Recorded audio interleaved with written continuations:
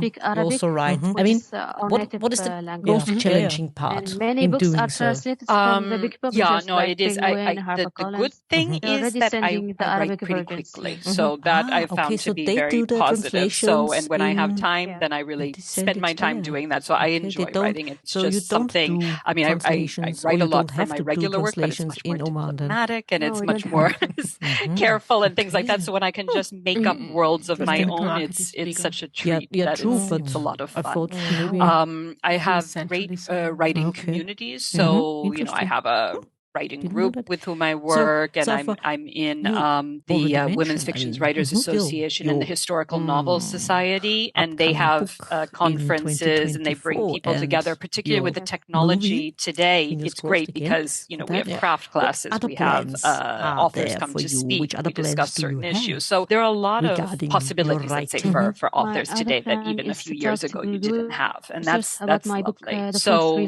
those things help a lot. But no, I mean, for me, it's just such a pleasure to write. I enjoy it. Yes, I don't have as much time, let's say, as I might be able to otherwise, but I make the most of it. It's an important and are you constantly putting down ideas? Do you have a notebook next to your bed? Yeah.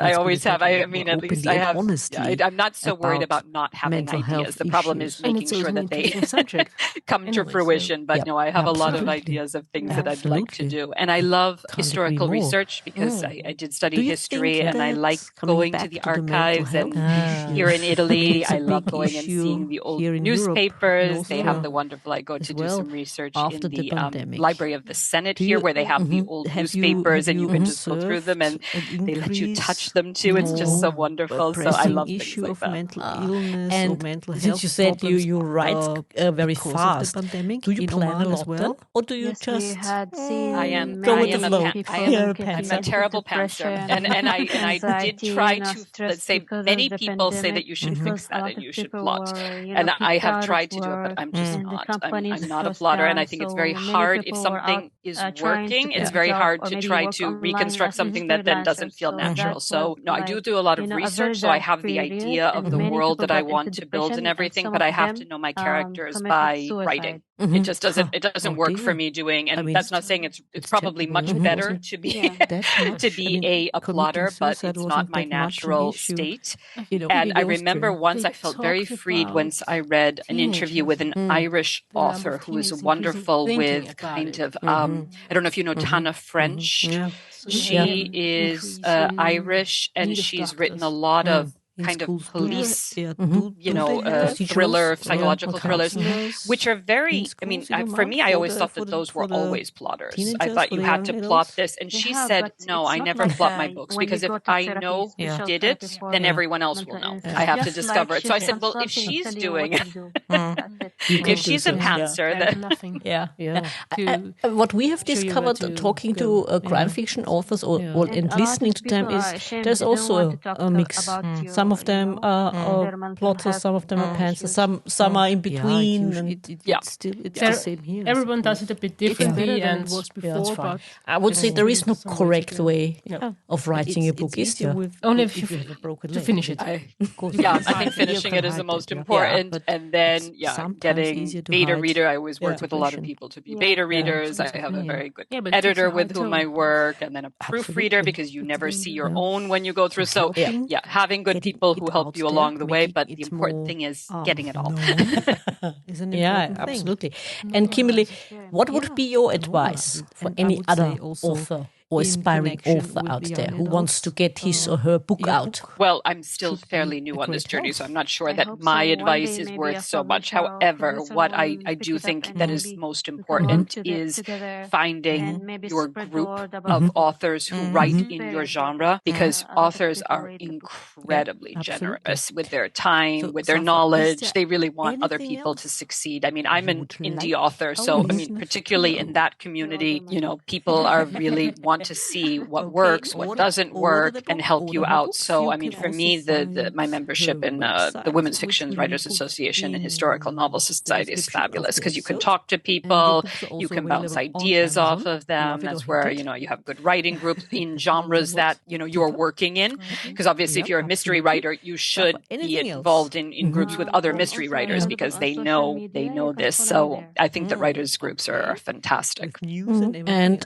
what are your plans plans for the future? I mean, you said there is a collection of short stories coming out, but what else do you have planned? Yeah, so in May, I love short stories. So I'm very excited about short stories. Don't necessarily sell very well today, but there have to be advantages to being an indie author anyway. If 5 people read it, I'm going to be happy because I love short stories. And in fact, when I was living in Austria, when I was living in Prague, I start in a language reading short stories because it's a lot easier to do than novels. So I'm a big fan of short stories. However, so I have short stories that are set largely in Italy, either or Italian women abroad. So there is the tie for that. And then after that, I've already completed, and I'm working now with my editor on a historical contemporary that's set in Rome today and in the 1890s, which is fascinating time as well in Rome, when surprisingly Italy was still a fairly new country, which seems odd to us, but the Risorgimento Italy was still quite young in the 1890s, and it was fascinating time. And then I have others that I'm researching now that also are set in Italy. Which will also bring a lot, I suppose, I don't know, but which will also bring a lot of the Roman Catholic Church in the book? Not in it. The story is very specific with the one that I have in the 1890s. So not so much for that. I am working on one which will be fascist era Italy. So I'm doing all the research now, which is fascinating with the newspapers where Mussolini was the director of the newspaper. So I'm going through all of the newspapers at the time. Catholicism does come in, obviously, because in Italy, but it's not, so far it hasn't been major. They held a lot of power. Do they still hold a lot of power in your experience now? Well, not to the same extent in the past, but yes, sure. The church is very important for a lot of things, also for politics and in Italy, absolutely. Yeah. And the short story collections, will it be contemporary, historical, or both? Those are contemporary. Yeah, I would love to do one with historical. I'm now working with some fellow writers to maybe do an anthology that would be historical, but these are all contemporary. Well, a lot to look forward to then. Oh, good. So, Kimberly, is there anything else you would like our listeners to know? Anything else you would like to share? Just that I am a travelaholic. I love travel in general. And whenever I go someplace, I like to think about what it would be like to live in a place like that. And I have to say, your capital city, where you are coming from and podcasting from, is really one of my favorite cities in Europe, because it is just, I love classical music. So there I was spoiled. I think the Austrians are very, very friendly. It's a small city where it's easy to get around, right? So it's not it's very gemütlich. I really, really like Austria a lot. So I hope that in the future you will invite me back when I am in Austria and we can have a glass of wine together, or when you come to Rome and we can do it that way. Absolutely. It would be absolutely lovely. Very good idea. May I warn you, dear listeners, we are friendly, but we are a bit grumpy. Which doesn't mean we are not friendly. We are friendly. We're just grumpy. We're not unfriendly. As some people say. No, just don't understand us. Yes, we're just grumpy. But otherwise, we are quite nice. Absolutely. So, Kimberly, thank you so much for joining us. It was a pleasure talking to you. Absolutely a pleasure for me. Thank you so much. And wonderful thing to do before I go back to Rome. So thank you for inviting me while I was here and visiting in Padova. It was great having you on the show. Thank you. You did enjoy this episode as much as we did? Then hit subscribe and don't miss the next episode. Also, make sure to follow us on Twitter, Facebook and Instagram. If you like to support us and buy us a coffee, you can do so via Buy Me a Coffee and other platforms. You can find all the necessary links in the description. Until next time.